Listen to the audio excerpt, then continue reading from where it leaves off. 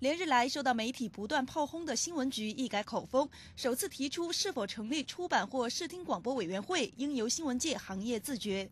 政府係唔會係去參與專業界別就制定佢哋自己行內嘅相關指引或者內部監督機制而指手畫腳嘅。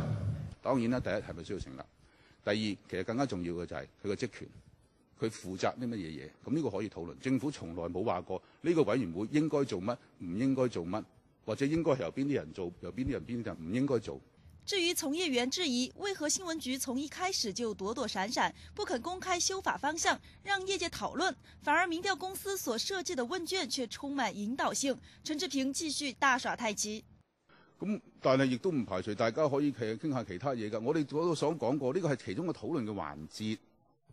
我哋討論可以分好多方面去討論嘅，係咪？我哋討論完呢樣嘢之後，我哋可以集中精力、集中時間，就可以討論第二樣嘢。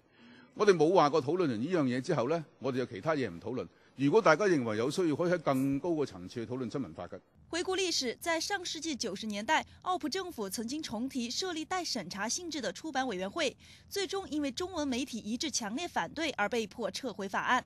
當年代表媒體談判也是反對派之一的陳志平否認重提設立出版委員會是因為做了新聞局局長而態度改變。